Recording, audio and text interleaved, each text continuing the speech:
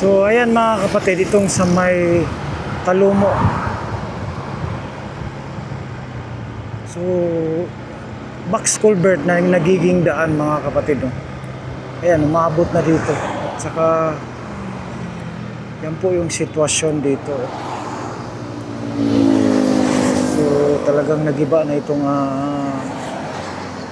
steel, no?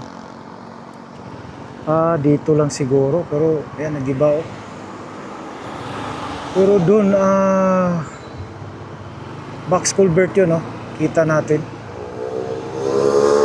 Ayan, box culvert yan.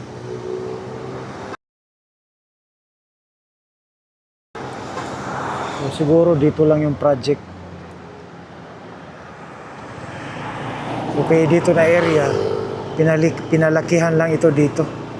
Kasi yung Talumo Inichi Bangkal project, talagang abangan natin saan talaga lulusot yun. So ito parang nagiging kalsada na ito dito. Ayan. So pinalakihan ito dito, itong Talumo section. Kasi lalabas din dito yung Viaduct Ulas, mga kapatid.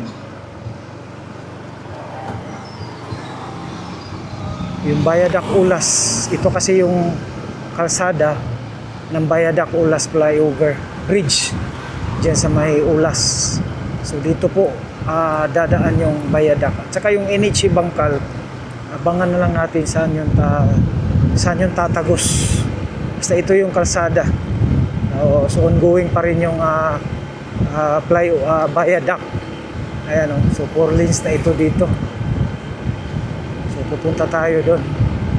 So yun, pinalakihan yung doon. At the same time, may box culvert na project. Okay. Liko dito yung Viaduct Ulas. Ito yung kalsada na ito. Ayan, na-espalto na dito. Good job sa dito, no, na trabaho. So ito na po yung papunta ng Viaduct Ulas. So ituturo ko na lang sa inyo. Sana itong mga poste, no, sa mga telco, Davao Light, ayan, may transfer na ito. Ayan, pag natapos po yung flyover, Viaduct, no, madami pang mga poste. Nakita natin sa kalsada na hindi pa na-i-transfer, no, ng Davao Light at saka telco. Kung ano bang mga telco company yan. So ito na po yung kalsada. I-vlog na rin natin para alam ninyo. So ito na po yung Viaduct dyan sa may Ulas, yung project na yan dyan. So dito. So papasok tayo dito para malaman ninyo. So ito, palabas din yan sa highway. So ito po yung kalsada dito. Ayan, oh. Ito po, yan, matatamaan din yan, oh. Itong building na yan, matatamaan yan mga kapatid. Lalo na itong dito. Kasi ito yung talagang kasaya, no? Itong building na ito, talagang matatamaan din ito. Yung mga bahay dito na nandito, matatamaan. So ito na po yung papunta, no, yung Viaduct Ulas project. So dito tayo via Bukidnon. So connecting ito sa Coastal Road, mga kapatid.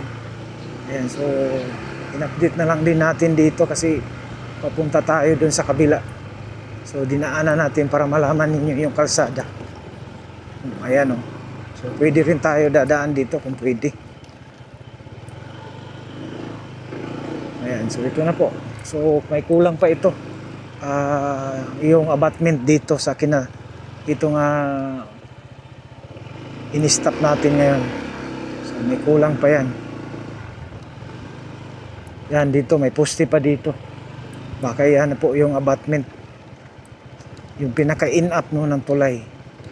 So dito tayo dadaan. First time tayo dadaan dito. Ayan, so para ma-update. So ito, hindi pa na pormahan ng kulong.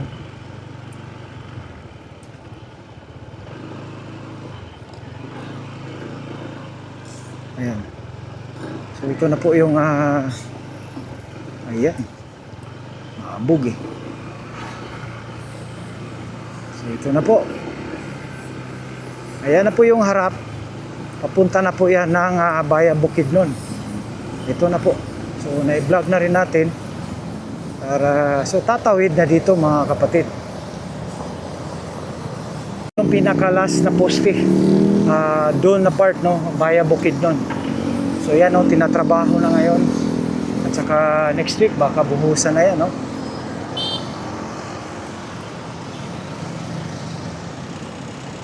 So ang bilis din dito, no, tuloy-tuloy pa rin dito yung pag ano dito. So dito tayo liliko.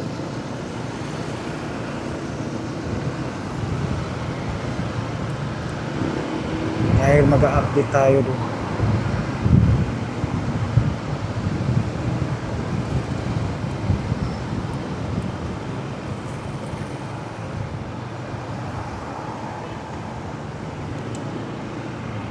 So liko tayo dito para ano.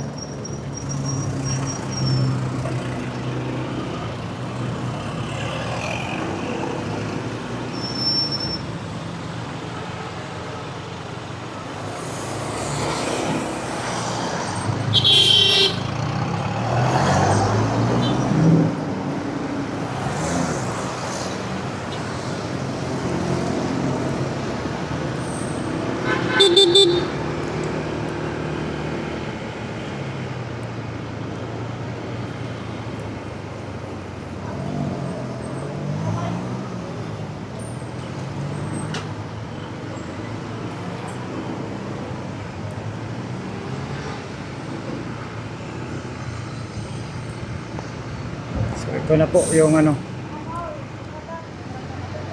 Yan, so busy sila ngayon sa paglakay ng bakal.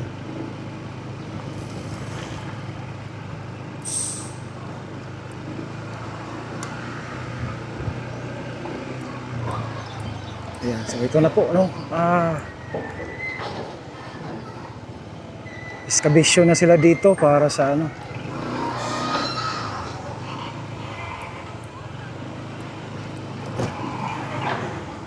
Para sa drainage. Ayan, culvert yung nilagay dito. Yan, para sa daanan ng ayan. Tag na dito. So yan, clearing pa yan sila doon. Hanggang papunta na yan doon mga kapatid. Dito na sila, no, kasi yan nga, malalapit na matapos yung MAA. Sila kasi yung ano gumawa dito sa MAA project. So ayan, no, marami pang matatamaan dyan na bahay dyan sa gilid. Ayan, no. So doon pa sila sa baba.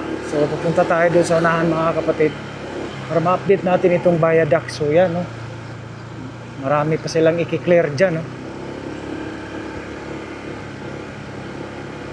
Kasi bangin pa rin yan dyan, eh.